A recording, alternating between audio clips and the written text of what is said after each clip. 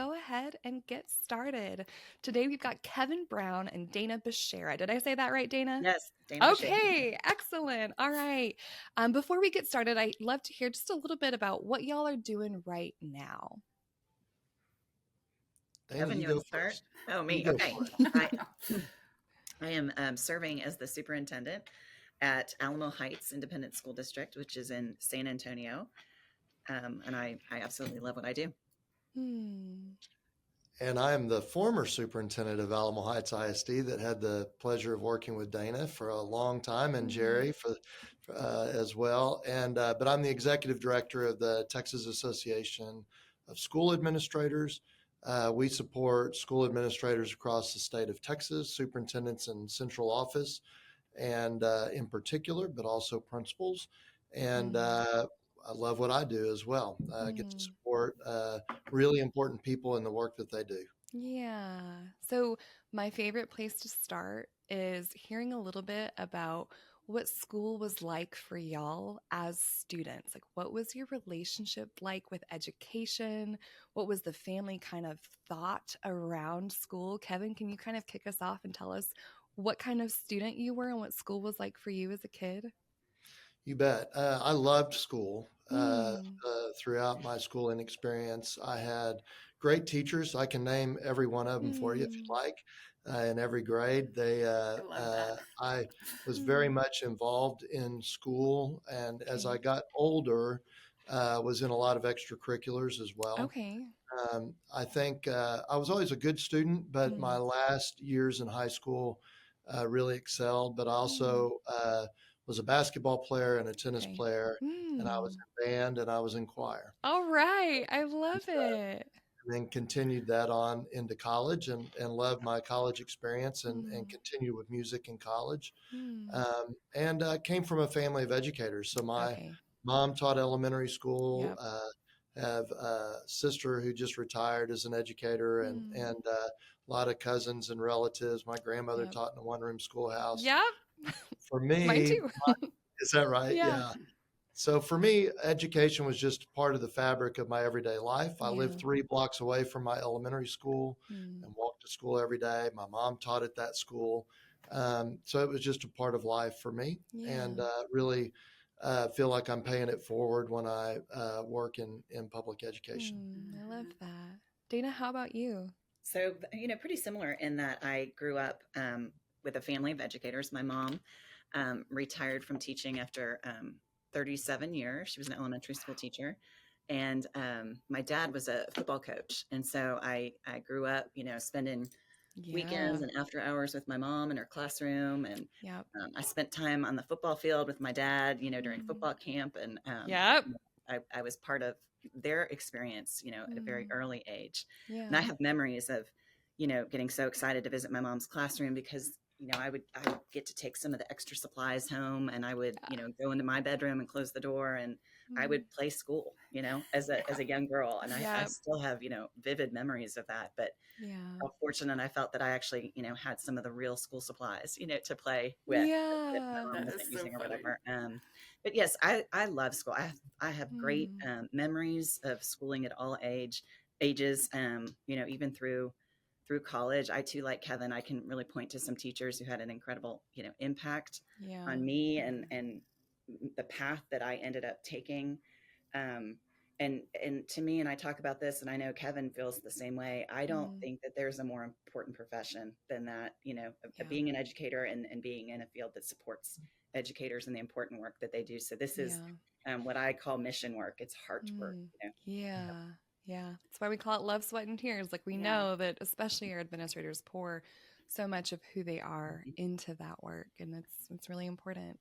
Did you all both know kind of from the get-go that you wanted to be an educator? Like what was that journey like to find your career in this field? So I will say although I played school as a young child, I was very interested in science and kind of thought I was going to go into the medical field. My major in college was neuroscience.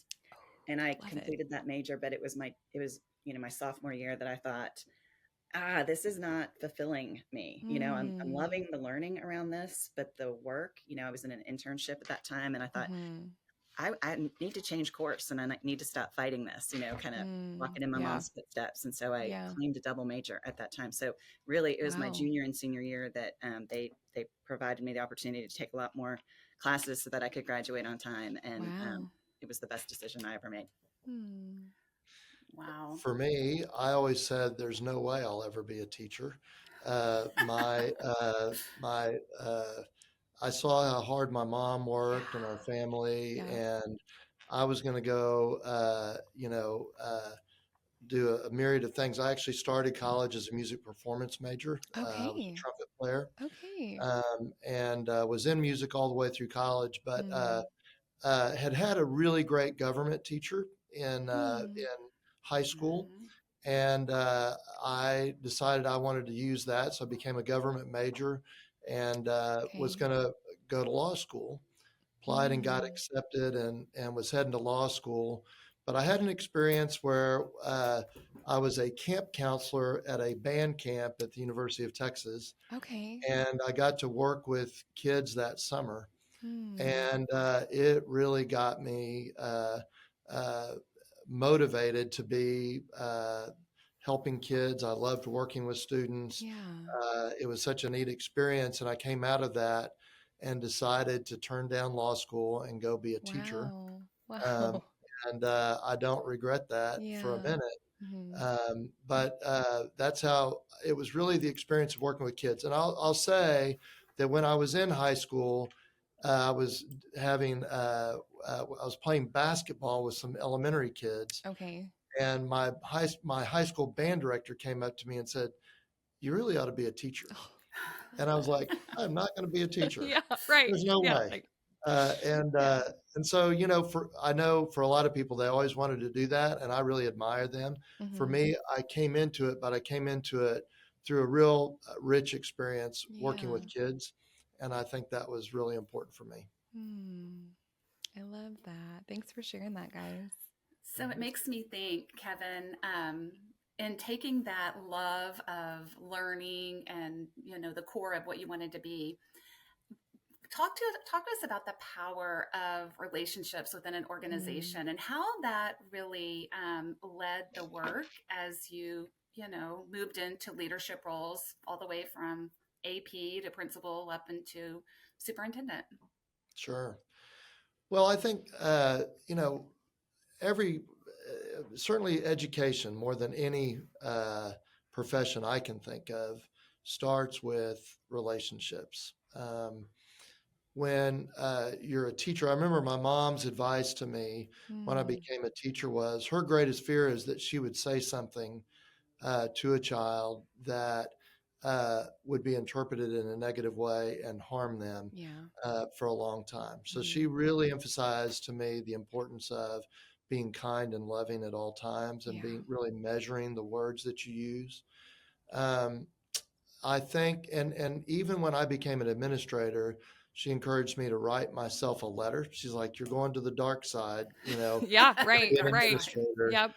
They all And get I that. want you to think about what kind of administrator you want from the Mm. perspective of your teacher lens before you become a assistant principal and principal. Mm. And I've actually done that at every step of my career. I write myself a letter and say, this is Wow. what I want in a principal. This is what I want in a superintendent. I never Yeah. thought I'd be a principal or superintendent, but for me, it always started with I want somebody who knows me, who understands me, Mm. who supports me and trusts me to do the work that I do, who Right. challenges me. And that's really starts with relationships. Hmm. As a teacher, I always stood at the front of my class at the door, as kids were walking Yeah. in, and so valued those times of getting to talk to each child as they would come in to the Mm. classroom, Hmm. and did the same as a principal. Stood in front of the school, opened car doors, greeted kids, high fives, hugs, Yeah. got to know their families. And I think those relationships go a long way in Mm. building culture in your classroom, on your Yep. Mhm. campus, in the district. So certainly as a superintendent, and I just yesterday was talking to first-time superintendents. We have 89 of them in our academy. They go through an 8-day academy. It's Yeah. 4 2-day sessions. And I started with relationships. Mm. Boards hire you because they like you, Mm-hmm. and they get rid of you because they don't like you anymore. Yeah. Mm-hmm. And obviously there's bigger issues than that and things that, but relationships are fundamental to everything. Mm-hmm. When your board knows you, you know them, and they trust you, they enable you and empower you to do your job Yeah. and to do it well. Yeah. Uh, as a superintendent, I could never go around and check on every classroom and make sure people are doing the things that they're Sure. supposed Right. to do. Yep. I have to be able to trust the people I work with, Mm-hmm. and they have to trust me. And Mhm. so, I would go out on a campus, and I told this to the superintendent yesterday. In the springtime, you're in a hurry. There's a million things going on. You're walking fast. Mm-hmm. You got a million things on your mind, but you've got to stop and visit with people and acknowledge them and talk to them. And Dana and Jerry know this, and I think Mm. Dana's this way a lot as well now, is that you need to factor that into your schedule. Mm-hmm. I used to coach principals, Mm-hmm. and so I would coach them on the hour. I'd go to their campus and we'd visit, and I was routinely 10 to 15 minutes late. Mm. The reason I was is because I stopped and talked to the custodian, Yeah. and I talked to the bus driver and the secretary, and then I finally made it into their office. Mm. Sometimes they were frustrated with me because I was late. So I Yeah. started saying, I need 15 minutes to get from my car to the principal's office. And then I need Mm. time to walk with the principal and actually just talk to people. And Yeah. that's not all you do.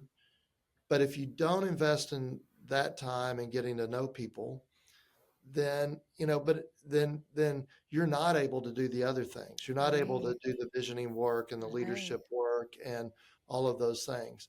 And I think really at core, people want two things. They want to be a part of a community, Mm-hmm. and they want to be as part of something bigger than themselves. Mm. And when you can go around and you get those relationships, they feel like they're part of your community. Yeah. And then the visionary work is, hey, we're part of something big. You're collaborating with people, you're bringing them together so that they can feel like, I'm not just in this classroom doing this work on my own. I'm part of Right. a bigger thing that we're doing as a school district. We're working collaboratively. We're fulfilling this vision, and Yeah. I love the people that I'm with. We use the Mm. word love a lot, Mm. and we don't do it, trivially. Right. It's a real love of things. So I'm Yeah. going to be quiet. I have a lot more that I could say on this, but Dana has a lot to say about it too, because Mm. she has amazing relationships in a real deep way. Mm. Um, so I too, relationships are everything. Kevin was a real model of that for me, Yeah. in my growth as a leader. Um, and I feel like through some of the challenging times that I've walked through, this is my 7th year as superintendent here, and we've gone through some pretty heavy things, starting Yeah. with COVID, my 2nd year, right? And Very so heavy. just that, Sorry about that, Dana. what's that? Sorry about that. I Yeah, left yeah, it right. I Kevin a got know. out little at early. just the right time. Just in time. I have guilt But over that. continues to always serve Mm. as a mentor to me. He is a phone Mhm. call away. I'm able to pick up the phone. So he's kind of walked through this with me Yeah. from just a different perspective. But man, that has been so validated during those times of challenge. And, Jerry was on my team during that. And all through any time of challenge, and I would, it was an expectation of mine that we prioritize our people, right? We Mm. prioritize the relationships. It's interesting this year, our theme in the district is all about love. And, at the very Mm. beginning of the year, I talked to our staff at our convocation about, Mhm. the way that we love our community and the way that our community loves us, the way that we love our work family, our colleagues, Mhm. and the way Mm. that leads to really important outcomes for kids. I talked Yeah. about the importance of loving our profession, and really Mm. trying to elevate our profession with that love. We're seeing Yeah. young people not choosing this profession, and it's our responsibility to kind of share the love around the important work Mm. that we do. And then of course the way that we love our students, and then we get that love back. And so, Mhm. to me, relationships are everything. Kevin is, again, he was always a model for me about that Mm. visibility. Building relationships at my level as a superintendent require my presence with people out and Yeah. about on the campuses. And so I've been, I've tried to be thoughtful about the ways that people have access to me, events that I host. Um, Mm. My husband barbecues for our auxiliary staff, our bus drivers, and our custodians. At a event at the beginning of the year, I open my Oh, home to my administrative team, and I try to provide some fellowship opportunities with them. I too am on yeah. campuses every week, and my teachers want to be seen by me, but they want their students to be seen by me too. And so Mm. I tell them, Mhm. I do these weekly video messages. I tell them, if something's coming up this week you want me to be a part of, send me an email. And they do. And they also know that I Oh, can't be at everything. So, sure. yeah. The other, I try to engage with our new hires. And so I have Mm. new hire check ins 4 times a year as well, where they come and they sit with me Okay. in my office. And, Mhm. there's so many of them that have come from other districts. And they said, like, I never knew my superintendent before, never had Yeah. access to my Yeah. superintendent before. So, to me, relationships are key to any kind of success in a district. Mm. I By love the way, that. her husband does great barbecue, and it's a wonderful Really place for good. fellowship. Absolutely. He also makes a great gumbo, I have to say. So, Ooh, He does. fun. I love that. I don't think we've Just heard a that funny note before. here. Part of my evaluation this year, one of the Mm. board members just said, we just love the connection with your husband and our community and the way that he spoke present. Yeah. And I thought, that's interesting. My husband was part of my evaluation. You're But like, you're I sharing love so that. much of like who you are as a person by Right. doing that, not just Yeah. as a leader or as an administrator or a superintendent, but like this is who I am in my life and my people. And we want to be here and we're all in. Like there's so much significance that comes from that. That's really special and different. well, and it makes me think, Kevin and Dana, that you guys model that. I mean, you Yeah. modeled it from the very top. And I know once I came on board, I think I was often telling you that it was really Mm. like no place that I'd ever been before. And so Mm. people that might be listening may not have a Kevin Brown or a Dana Bashara as their Yeah. superintendent. And really, the reach of this is to help support those leaders that don't have Yeah. the leadership just looks a little different. And not that it's judgmental or anything, but everyone has a different style. So when people, leaders are trying to carve their way of emulating something like this, like what strategies would you say Mm. to start with? Like one thing is visibility. One thing that y'all talked about is getting to know your people at the core. And I think you do it with such finesse and ease that you make it Mm. look easy. But for some, that's not really an easy task. And so, yeah. Mm. what would you say, like, if you were giving some people some nuggets of advice that don't have a leader that has the expertise as you guys, where could they Mhm. start? To me, one quick strategy is the way you build your calendar. And we've talked about this for many years in Alamo Heights. Like if you're Mhm. going to prioritize relationship building and presence with people, it has to be on your calendar and you have to work your calendar, right?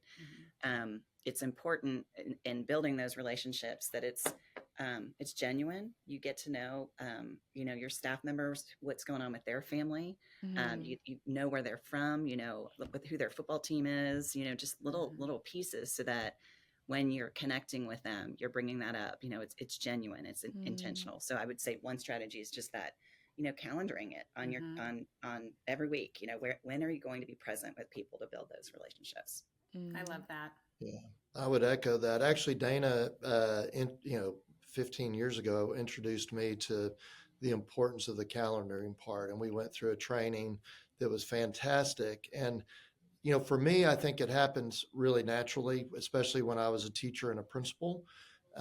Just to be out there, I didn't. That was just came very easy. When I went to central office, it really became more important to be intentional about it. Mm. And it's real easy to be in your office, to answer emails, to answer Mhm. phone calls, and think, I'm doing important work. I got to go to these meetings. I got to Mm-hmm. go do these things. Mm-hmm. And I think for a lot of people, they think, well, if I just go out and walk a campus and talk to people, I'm wasting time. Mm-hmm. And the fact of the matter is, it is the biggest investment in time that you can make, Mhm. and being real intentional about it. So one of the intentionalities you've heard Dana and I both say that we would get out on campus. And I don't know Dana's calendar, but at the time I was doing one day a week. I believe it was every Friday Oh. or every Thursday. We would Mm-hmm. go out and I would just, it was the routine thing. But Mm-hmm. what it did is it actually cut down on email and phone calls for me Yep. because they had time with me. They knew they were going to have time with we could talk. But again, part of that time together is we would go walk the campus together. Well, Mm. it sends a lot of messages. One is that people know that Jerry and I are close, and they Mm-hmm. can see that she has the superintendent's support as she's walking Yeah. around campus. We got to talk to people. We could see problems that might be there, like something with the facility or something we need a chair in this classroom or whatever it may be.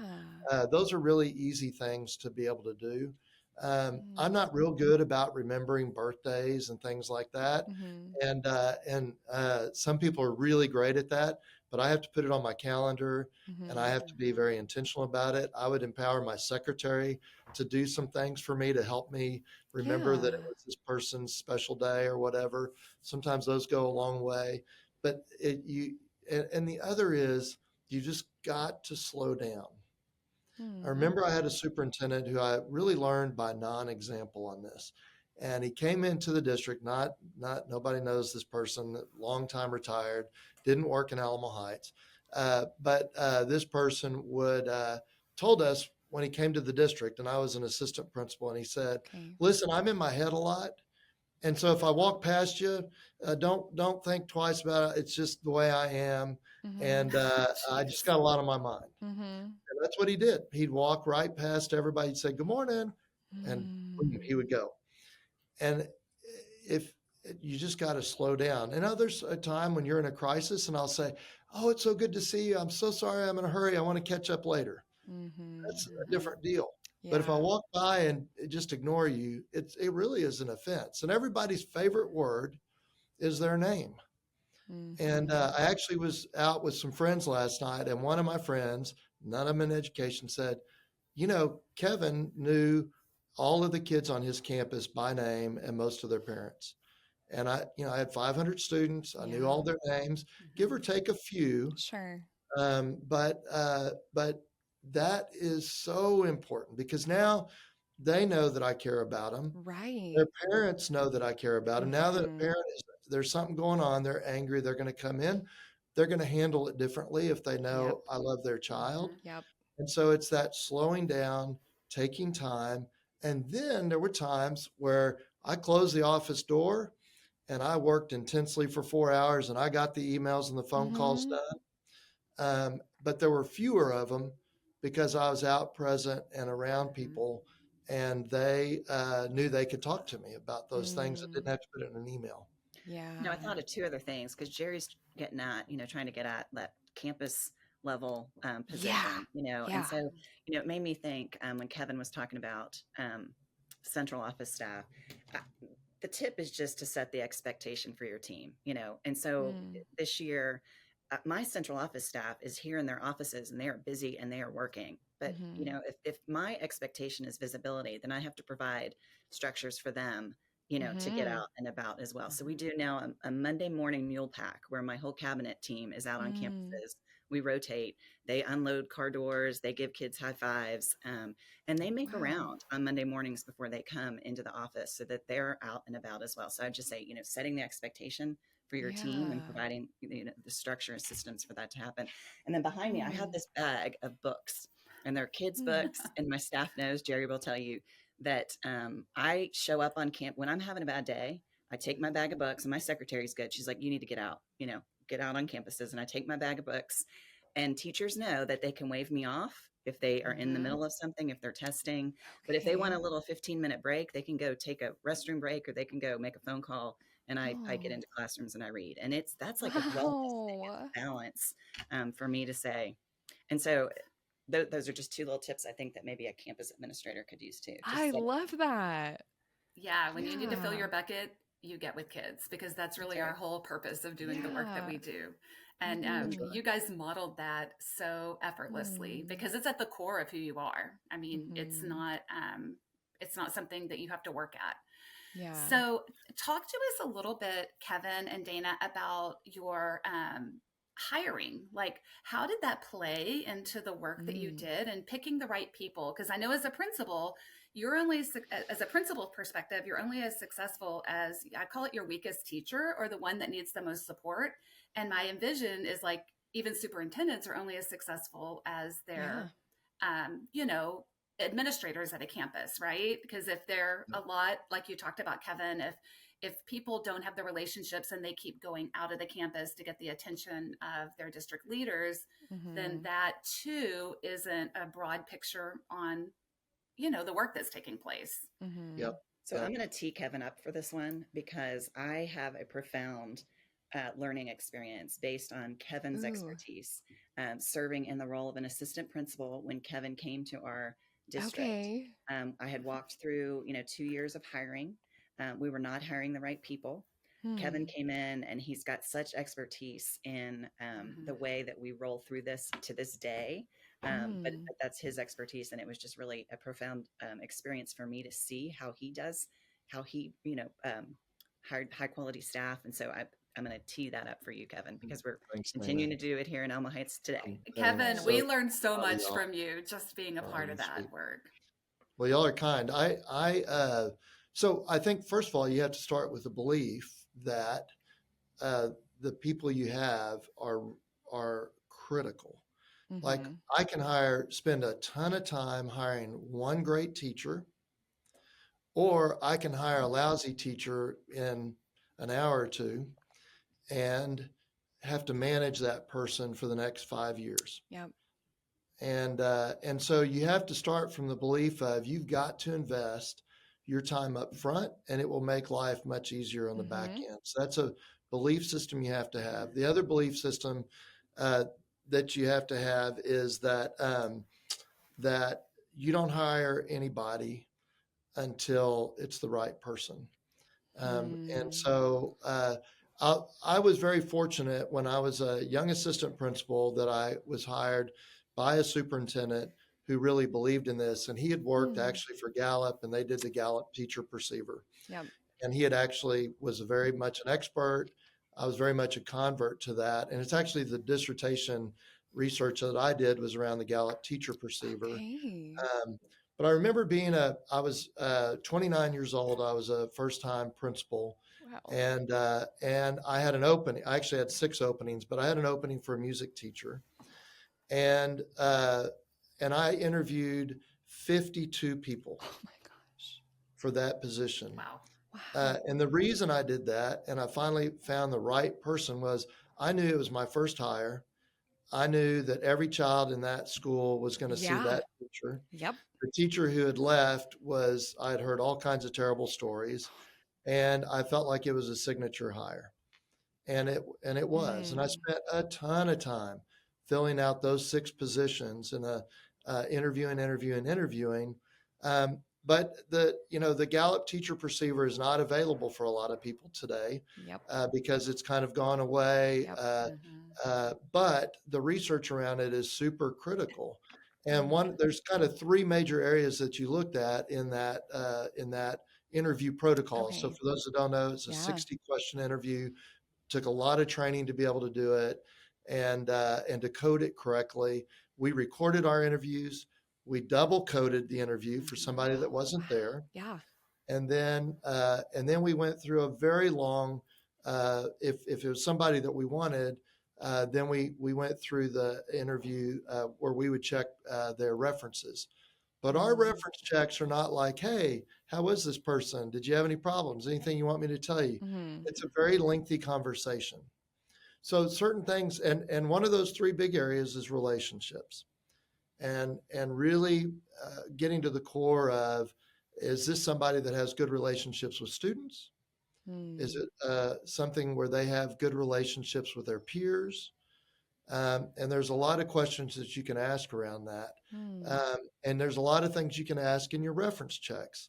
So, mm, for instance, in a reference check, I'm asking people, how was classroom discipline in this class? mhm, What is the approach that they use to classroom discipline? Are they a mhm, strict teacher? Are they a person that has good relationships with the kids? mhm, And usually what you'll get is, oh, yeah, they had good relationships. Everything was mhm. good. How many discipline referrals did that teacher have? A teacher that has really good relationships with their kids, they don't get many, Mm-mm. Yep, if any. yep, They're able to handle things because the kids have a yep, good relationship with them. right. I'm not looking for, well, they're hardcore or they're, a Yeah. disciplinarian, they're strict at this or that. You can be both, but Mhm, I'm really listening for the relational piece of those things. mm, And I want to hear it in everything the teacher's talking to me about in the interview. So if I start hearing a teacher say, well, I got hired because I love my summers off, or I got hired because I love English or I love science, then that tells mm, me that they didn't get into this because of the kids. yeah. Yes, you want them to have a passion for their curriculum, Mhm, but that has to be secondary to their passion for their yeah. relationships with the kids and the reason they got into this Mm, and their sense of mission, which is different than their rapport with kids. yeah. So I'm going to be listening for that relationship theme everywhere I can Mm, in everything they do. And a lot of times where that shows up is in you can ask very specific questions. Tell me about a child that you were struggling with. How did you have a breakthrough with that child? mhm, I would be listening in relationship themes, not in, well, I tutored them after school, or I mhm, called their parents and told them they needed to do this or that. mhm. I sat down with the child and I tried to really have a breakthrough on a personal level. I listened to them, what's going on in their lives. We had some time together. Maybe they got special time with me, if they were doing certain things. I had a better Mm, understanding of where they were coming from. I have more compassion and yeah. empathy for where they are in their lives. Those are the kinds of things that are going to really turn things around. And sometimes teachers will say, well, I have great relationships with my kids, but it's the kids that are high performing. Mm-hmm. That anybody can have a relationship with a child that's a teacher pleaser and all of Yep. that. But what are you doing for the child who comes in that's not clothed well, hasn't had a bath, is struggling academically, they Yeah. look sad? I'm asking questions about that. Um, and so you can ask a lot of and really dig down into those. And your reference checks should not be just these global, would you hire them again? Or oh, they're great, they're Mhm. great. Well, tell me what that means.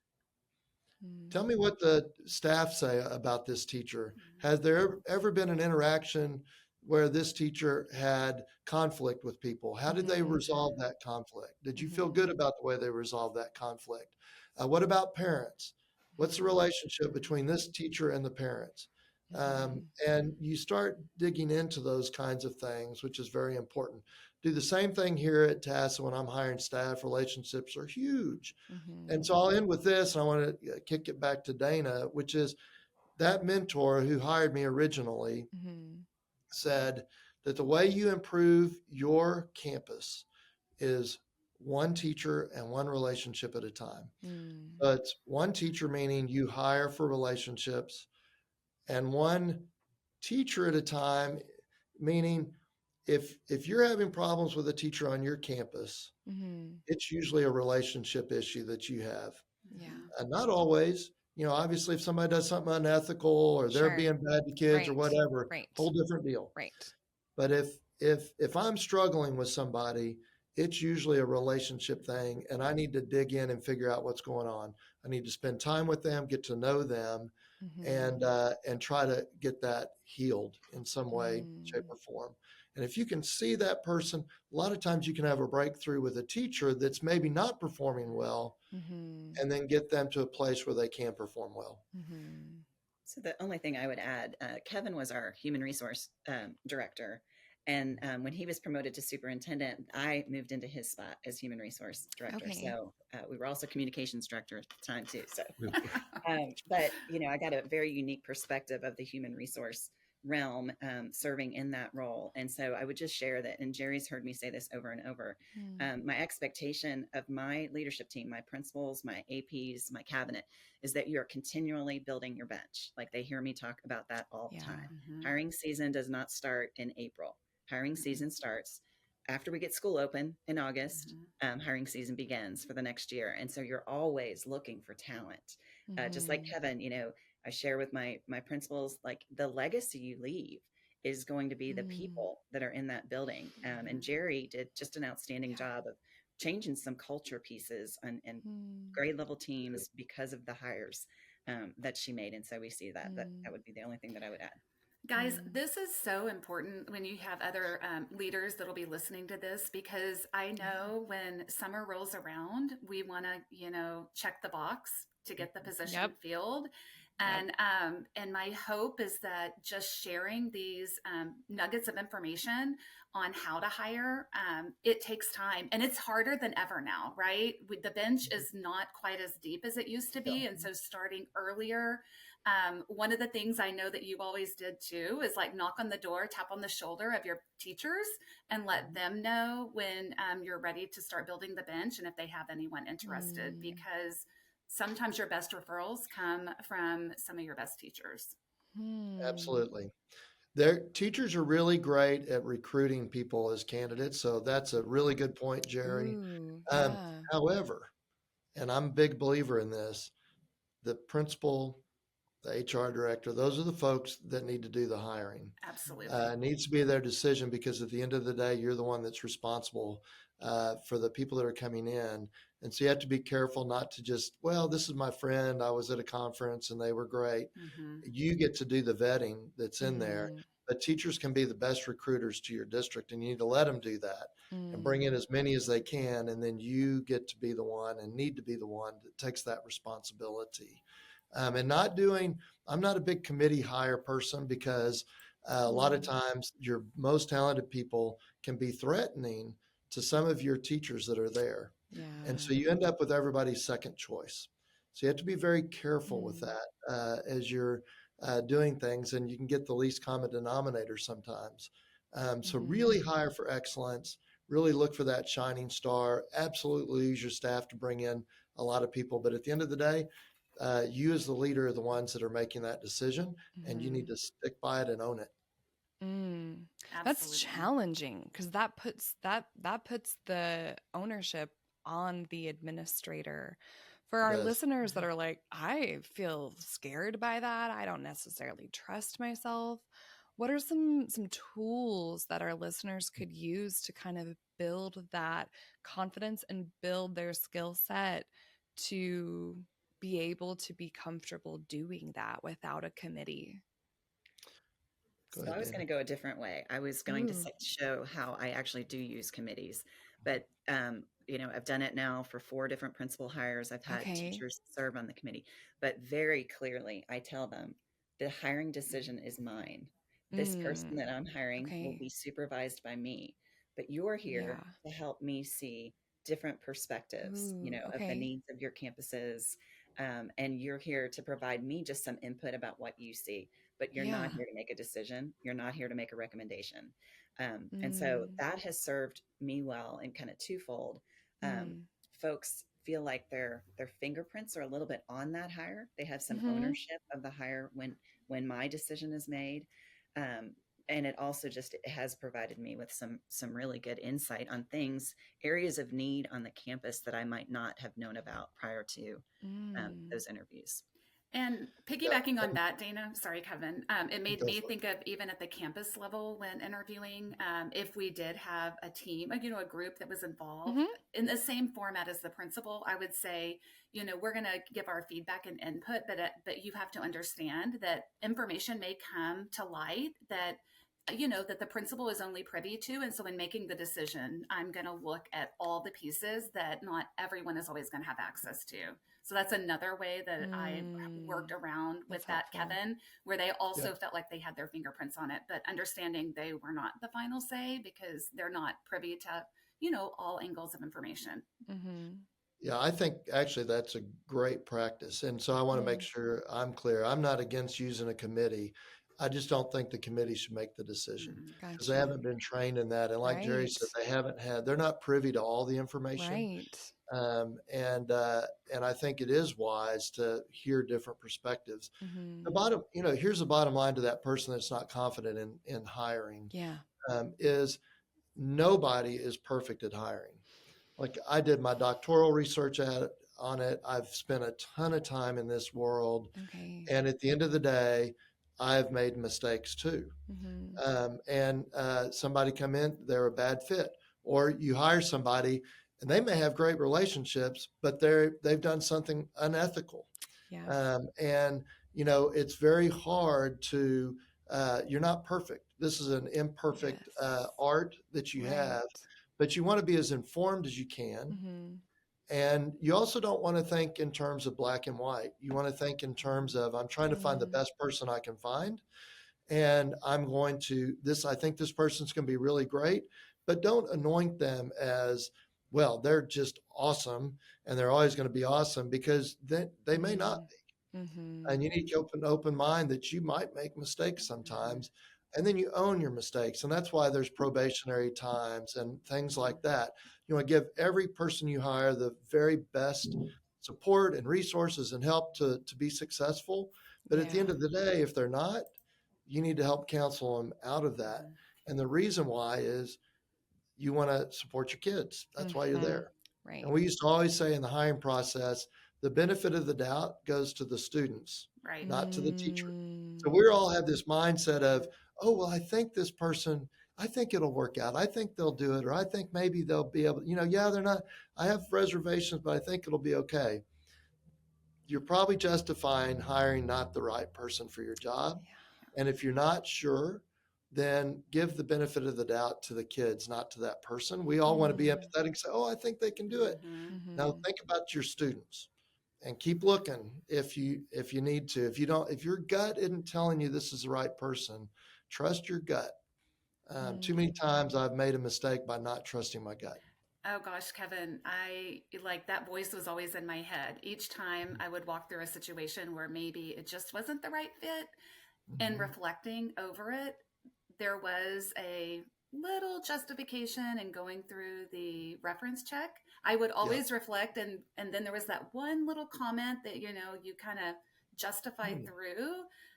Yeah, So I think also being reflective that we don't get it right all the time, but Mm-hmm. that's right. really going back to think through the process that we went through, so that as we move to the next opportunity to hire, we Mm-hmm. don't justify, because I did catch myself Yeah. as a principal a couple of times Mm. where I that's human nature, right? Mm-hmm. It is. Well, and come August, a week or Yeah. two before school, you really have a bias for wanting to get a good reference check, right? Yeah. You're like, okay. So then the reference check is something like this. Hey, I'm calling to check on, Sarah, and how was she? Well, she did a good job for us. Oh, great. Okay. Would you hire her back if you had the opportunity? Yeah, I think we would, Yeah, it's August. and you're like, wonderful. Uh, Yep. but, but Mm. if you really, uh, are doing your job, you check into that and you say, so I detect just a little hesitation. Can you tell me a little bit about that? Is there a reason for you to hesitate? And I'll never forget, I was hiring a really important position one time, Mm. and the person kept telling me positive things, but Mm-hmm. there was just something in my gut that there was something being held back. Mm. And I just said it. I said, I'm going to be honest with you. I think there's something going on here, and you're not telling me everything I need to know. Mm-hmm. Um, and then he said, well, actually, okay, yes, I think if there's other candidates, you really ought to look. Okay. So I avoided a really big problem by not that Yeah. bias that I want to hear the Right. right answer because I need to hire Right. somebody so I can take this off my list and get on with school. Mm-hmm. And so that's a hard thing to do. Yeah. It's very hard. It is really hard. I agree. Mm. Well, guys, I mean, you have been invaluable. I'm obviously a little partial to both you, Kevin and Dana, because I know firsthand the work that you do, and just leading and the way you build relationships. And I thought it was super important to see if we could just walk through your thinking, because everyone doesn't get the opportunity to be a part or have a leader that has such an emphasis on their people. Mm, In this, and which sounds weird being in the school business, true. but you guys just are really special in the way that you Mm, lead and the way that you still put your mark on public education. And so I, one, am so proud to have been a part of just the work that each one of you have done. And Kevin, I know mm, we had such a short time together, but Mhm. you made an indelible mark just in the mm, time that I was able to work with you. mm, Well, I'm super proud of you, Jerry, and the great work that you did throughout your career, and certainly mm, in Alamo Heights, and loved working with you, and just super proud of Dana, and see mm, all the things that she is doing. And I will say Dana's doing a remarkable job, and that's what you want is when you leave someplace, you want the next person to be super successful and to continue on and doing even mhm, better work than you were doing when you were there. Right. That's not a weakness on your part. That's a strength. And mhm, I will just point out that my predecessor was the superintendent there for 13 years, Jerry Christian, and he led as a relational leader for 13 mm, years. yeah. And I got to lead the district 10, and Dana's 7 and going strong, and probably be there for 30 years No, if I she love wants that. to. But if you think about it, that's 30 years with 3 superintendents and still going Yeah, strong. And those relationships matter. And it's yeah. not just that, but it's really proud to be a part of that, and so glad to be a part of this podcast. And I wish everybody really Mm, well. Dana, you finished it mm, out for us. Agree. I just what a great opportunity to start my Friday with you all, mm, getting to talk about the importance of kind of what we said at the beginning, the work of the yeah, heart, right? Hmm. In this work, yeah. very affirming way to start the day. I really appreciate the opportunity. Well, Mm, I want to thank y'all. I know that you are very busy in the work that you do. And just want to thank you for carving out the time. And Kevin, thank you for the work that you're doing at the Capitol, out boots on the ground, school yes, finance, and Dana taking your team to continue to fight the good fight. yeah, I am often saying public ed, is the key to our democracy, right? Like we have to have an educated Yes. populace. Who do I sound like, yep. Kevin Brown? Yes, you do. I've got Yeah. your mantra, and Oh, so which is all of ours. And so just thank y'all. Thank you for the work that you yeah, do and the tireless work, because we're going to be okay. We just don't know what that's going to look like yet. yeah. I love to end these episodes with just a short word for our listeners, for our principals that are struggling, that are isolated, that don't have the support, that don't have those relationships. Can you guys just give us like what would you love to kind of leave those folks with today? Something that comes to my mind is the fact that there is real courage in vulnerability. And I feel like, some of I know myself as a young administrator, I Mm-hmm. was 23 when I was hired for my first assistant principalship, and I was 6 when I was a principal. And so, I felt like I had to have all the answers, right? And I Yeah, had to kind yeah, of, I don't know, put up a facade and yeah. make people feel like, I was the confident one that I was Yes, not at the time. And so yeah. I've learned over the years, there's Mm, just real courage in saying I need help and yeah. reaching out to, like, I reach out to Kevin often and say, I Mm, need help, listen, just talk me through this. yeah. So just knowing that there's courage in Mm, choosing vulnerability. I love that. Yeah, I think that's great advice. I think, Mm, when I got my first principalship, I was the mhm. youngest person on my campus.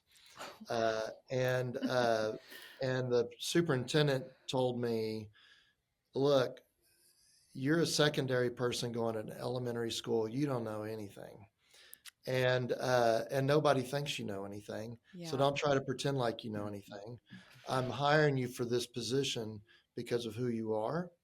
Mm, And you need to go in with humility, and you need to go in and just help people and be a yeah. helper, be a problem solver, and just listen to what's going on your campus. And so I think a lot of times leaders feel like Dana said, they have to know it all. Mm-hmm. I'm the executive director of a large statewide association. There's so much I don't know, and I'm trying to work to improve. And I have bad days, just like everybody else does. Mm-hmm. Um, we're having bad times right now in public ed. There's no doubt about it, with all of the attacks and everything. I'll just remind people of all of the challenging times we've had in history, Mm. and we got through them. Yeah. And we got through them because there were people on the ground doing the work Yeah. every day, waking up and doing what they could do Yeah. to make a difference. Right. And so you got to take time and breathe, step back and be philosophical. Step back. Don't get into the weeds so much. It's so easy to get into the weeds, and there's times you do. Step back from that. Reflect on, hey, what am I grateful for? What am I able to do today to make the lives of the people I work with better? Yeah. And if you can just do one or two things in a day, that gives you hope. That gives you the energy to keep moving forward because you feel like you're making a difference, and you are. And we need you. We really need you. So keep up the great work. Your kids need you. We need you. Our society needs you. So thank you. Absolutely. Thank you guys so much for joining us today. This was wonderful. Like you said, a great start to a Friday. Thank you so Absolutely. much for being here.